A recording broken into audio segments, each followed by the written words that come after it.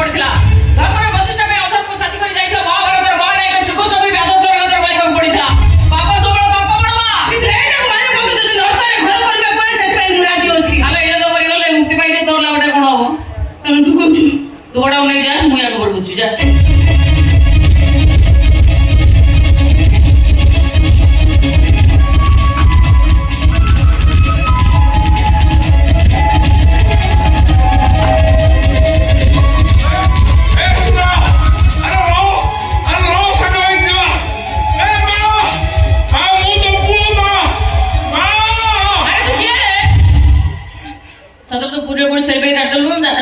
ବିଲାନ କରୁଥିଲୁ କାଲି ଯାଉ ବିଧା ଗୋଟେ ନାଚି ପଇ ଯାଇଥିଲା ଆଜି ତ ମା ବୁଲି ବୁଲି ତୁ କିଏ କହିଲୁ? ମୁଁ ସତ କହୁଛି ସେ ମୋ ମା ମୁଁ ତ ପୁଅ। କେତେ ମିଛ କହିବି ରେ?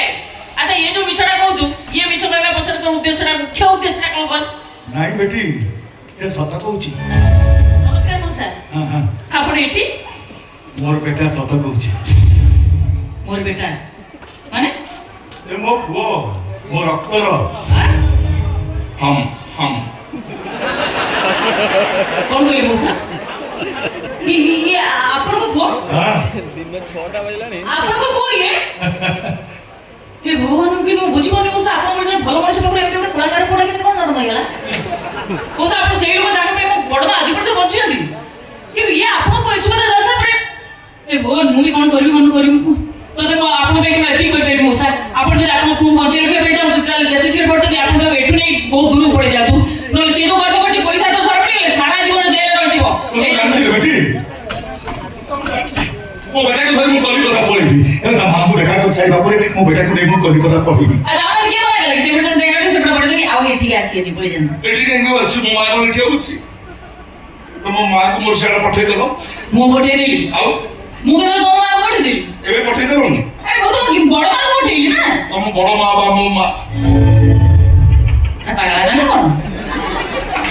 ମୋ ବଡ ମା ତମ ମା କେମିତି ହେବେ? এটা কেমন সম্ভব যে তাছাড়া সব পরে তুমি মানে মুসলমান আমি মানে হিন্দু তুমি এটি পাগলা হয়ে যাও কথা বেটি বেটি সে ঠিক কହୁଛି ମୋର ବେଟା ସତ କହୁଛି।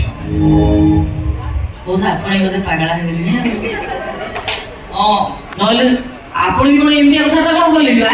ବାବା ସେ ବାପା ଦି ଜଣଙ୍କୁ ପାଗଳ ବୋଲି କହୁଛି। ତୁ ଗୋଟେ କାମ କରୁ ସେ ଝୁଲାରେ ଯୋଉ ଗୁଡେଇ ରଖୁଛୁ ଫଟୋଟା କାଢିଲୁ। ଫଟୋ? ହଁ କୋଉ ଫଟୋ? ଆମ ଫ୍ୟାମିଲି ଫଟୋ। Family photo? ବାବା ରଖିଛି ଫ୍ୟାମିଲି ଫଟୋ ଗୁଡେଇ। এটা কি? এটা বড় মা। হ্যাঁ এইটা এইটা ଇଏ ତ ଆପଣ? ये दिटा हूँ मोर जाना बेटा बाइया पंडा बबलू बाहन पंडा से पट्टा से पट्टा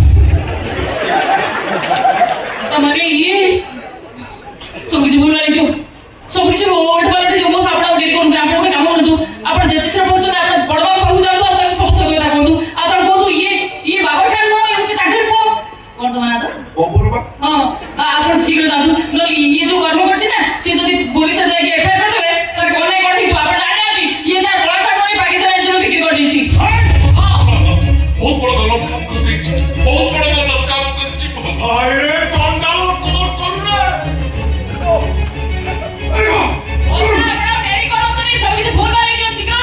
अरे बाबू तो भावने की कागज ना को कुछ है कि ताको तो मु चंडाल से काही को से को आदमी कोन नहीं कॉल कर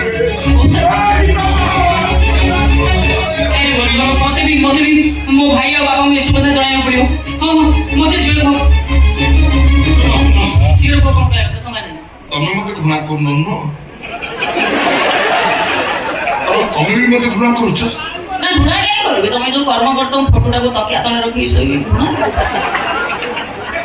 बाबू तुम गोठा मारलो ना मु कोड जानिथिली से मां तुम मारू तू जानी मां हो तोरा काहे की मां तो मां ना जानि छ मां कोन जानि छ मां काहे कोछ मां पिलाटा जतळे मां पेटरे थाए ता बाबू से गोइठा मारे के मां कहे जागो वो पिलाटा मो पेटेरे बुलुछि पिलाटा जतळे मां छेती खीर खाए सेतळे भी ता बाबू से गोइठा मारे मां को भी जोरे काटे किंतु मां खुशी रे भागी जाय मने मने कोथाए जागो मो पिलारा गोड़ टाणो हेई गलानी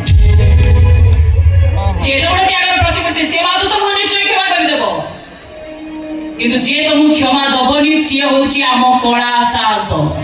କାହିଁକି କ୍ଷମା ଦବନି? ସେ ହଉଛି ଆମ କଳା ସାନ୍ତ। ଆମ କଳା ସାନ୍ତ କ୍ଷମା ଦବନି ତତେ। ତୁ ବା ନିଜେ କହୁଥିଲୁ ଜଗନ୍ନାଥ ଜଗତ ଚାକର ମୁରବୀ, ଜଗତ ଚାକର ମୁରବୀ ସିଏ ସମସ୍ତଙ୍କୁ କ୍ଷମା କରୁଛନ୍ତି, ମତେ କେହି କରିବେନି। ମୁଁ କଣ ଜାଣିଥିଲି ମୁଁ ହିନ୍ଦୁ ବୋଲି? ମୁଁ ହିନ୍ଦୁ ପିଲା ପରେ ମୁଁ ଜାଣିଛି ମୁଁ ଗୋଟେ ମୁସଲମାନ ରୋହିଙ୍ଗ୍ୟା। ସେଇଥିପାଇଁ ମୁଁ ଜଗନ୍ନାଥଙ୍କ ଦେଉଳକୁ କେବେ ଯାଇନି, କି ତାକୁ ମୁଣ୍ଡିଆଟେ କେବେ ବି ମାରିନି। ଆଉ ମା ମୁଁ ଦେଖି ପାଇଲା ପରେ ମୋ ମାକୁ ମୁଁ ଆଉ ଦେଖିନି। ମୋ ମା କଥା ମୋର ବହୁତ ମନେ ପଡେ। ଯେତେ ମନେ ପକାଏ ମୋ ମା ମୋ ଆଖି ସାମ୍ନାକୁ ଆସେନି। ଯୋଉ ମା ମତେ ଜନ୍ମ ଦେଇଛି ସେଇ ମାକୁ ମୁଁ ମାଡ଼ ମାରିଛି। ମହାପାପ ମୁଁ କରିଦେଇଛି। ମୋ ପାପର ଫଳ ପ୍ରାୟଶ୍ଚିତ ନାହିଁ। ସବୁ ପାପର ପ୍ରାୟଶ୍ଚିତ ଅଛି, ସବୁ ଭୁଲର ବି କ୍ଷମା ଅଛି, କିନ୍ତୁ ସବୁ ପରେ ବି ଅନୁତାପ ହେଉଛି ମଣିଷ ଜୀବନର ସବୁଠାରୁ ବଡ଼ ପ୍ରାୟଶ୍ଚିତ। ଆଉ ତମେ ଯଦି ତମ ଭୁଲ ପାଇଁ ଅନୁତାପ କରୁଛ ତାହେଲେ ସେଇଟା ହିଁ ରହୁଛି ତମର ବଡ଼ ପ୍ରାୟଶ୍ଚିତ। କିନ୍ତୁ ସବୁ ପରେ ବି ଆମ କଳା ସାନ୍ତ ପାଖରେ କରିଥିବା ଭୁଲ ପାଇଁ ତମେ ଯଦି ମୁକ୍ତି ଚାହୁଁଛ ତାହେଲେ ମୁଁ ଯାହା କହିବି କହିବି। ତୁ ଯାହା କହିବୁ ମୁଁ ସବୁ କହିବି। ଖାଲି ଥରୁଟିଏ ହୃଦୟରୁ ଜୟ ଜଗନ୍ନାଥ ବୋଲି କହିଦେଇପାରିବ। ଥରୁଟେ ହୃଦୟରୁ ଥରୁଟେ କହିଦେଲେ ସେ କ୍ଷମା କରିଦବ। ନିଶ୍ଚୟ କ୍ଷମା କରିଦେବ। ସେ ବାର ଠାକୁର ଠାକୁର, ତମେ ତାଙ୍କ ହୃଦୟରୁ ଥରେ ଡାକିବ ନା ସେ ସବୁବେଳେ ତମ ପାଖରେ ରହିଯିବ। ତମେ ତା ପାଇଁ ପାଦୁକିଆ ବୁଝିବ ନା, ସାରା ଜୀବନ ତମ ପାଦ ସାଙ୍ଗରେ ପାଦ ମିଶେଇ ବାଟ ଚାଲୁଥିବ। କୁହ ହୃଦୟରୁ ଥରୁଟିଏ ଜୟ ଜଗନ୍ନାଥ ବୋଲି କହୁନ।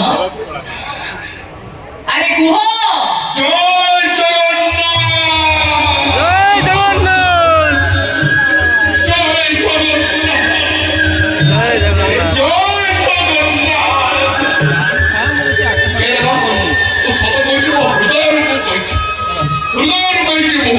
ତୁ ଥରୁଟେ କହିଲୁ, ମୁଁ 3 ଥର କହିଛି। ଏବେ କଣ ଜଗନ୍ନାଥ ମତେ କ୍ଷମା କରିଦେବେ? ମୋ ମାର ମୁଁ ପୁଅ ହେଇପାରିବି, ମୋ ଭଉଣୀର ମୁଁ ଭାଇ ହେଇପାରିବି, ଦୋଷ ଦେଉଳକୁ ଯାଇ ଜଗାକୁ ପୂଜା କରିପାରିବି। ଆରେ କଣ ହସୁଛୁ କଣ? ସତରେ କଣ ଏସବୁ ସମ୍ଭବ ହେଇପାରିବ? ସବୁ ଅସମ୍ଭବ କହୁଛି ସମ୍ଭବ କରିବାରେ ସିଏ ତ ହଉଛି ଆମ ଜଗନ୍ନାଥ। ସବୁ ନାଇଁର ହଁ, ସବୁ ଅକାରଣର କାରଣ, ସବୁ ନାସ୍ତିର ସୃଷ୍ଟି, ସବୁ ଅପ୍ରାପ୍ତିର ପ୍ରାପ୍ତି ଆମ କଳା ସାନ୍ତ।